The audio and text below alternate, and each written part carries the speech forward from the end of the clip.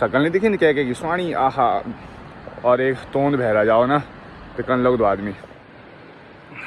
तो हेलो साथियों, नमस्कार, सुप्रभात, राम राम। तो देखिए साथियों, सुबह हो रही है और सुबह का दृश्य है। माँ लगना नदी के तट पर हम लोग आए हैं। कीर्तनगर में हम लोग अभी है और यहाँ पे हम लोग पहुँचे हैं कुछ एक्सरसाइज करने, दौड़ने। और आजकल के ज़माने में जिस तरीके से बीमारियाँ हम लोगों को जकड़ रही है, तो स्वस्थ रहने के लिए ये बहुत ज़रूरी हो गया आजकल।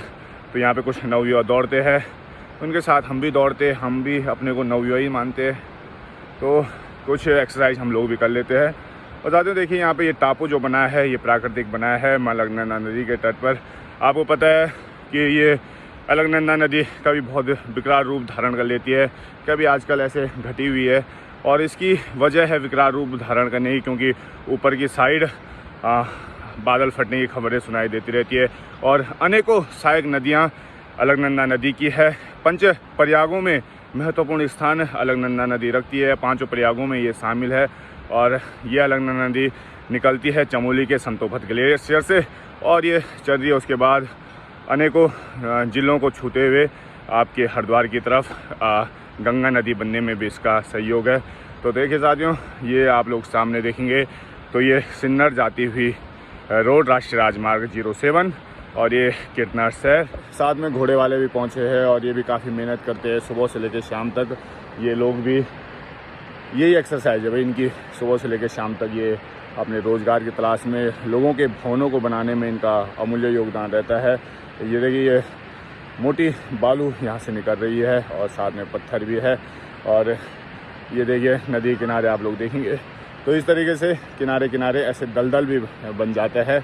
और साथ में आप लोग देखेंगे तो ये देखिए मछुआरे भी अपनी आजीविका चलाने के लिए मच्छी पकड़ते हुए यहाँ से। तो ये तमाम नवयुवा है, कोई 17 साल का है, कोई 18 साल का है। तो इतनी उम्र इनकी है अभी और लगे हैं अपना पसीना बहाने में, क्योंकि इन लोगों को जैसे हम लोगों का भी सपना था कि हर किसी को होता है जब इस उम्र में होता है कि हमको भी भारतीय सेना में जाना है।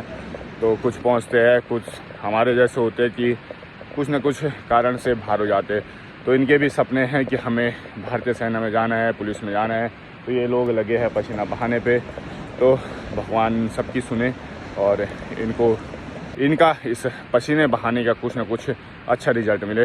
तो देखिए, और इनके साथ साथ ये देखिए हमारे कुछ साथी बड़ी बड़ी तोंदे लिए हुए और विशालकाय शरीर को धारण किए हुए भी इनके पीछे पीछे भागने पे लगे हैं। तो ये तोंदे कम होने वाली है, ये विशालकाय शरीर थोड़ा घटने वाला है, लचीले होने वाले हैं। तो दौड़ने के बहुत अच्छे अच्छे परिणाम हम लोगों को मिलते हैं। तो इसलिए ये दौड़ आवश्यक है।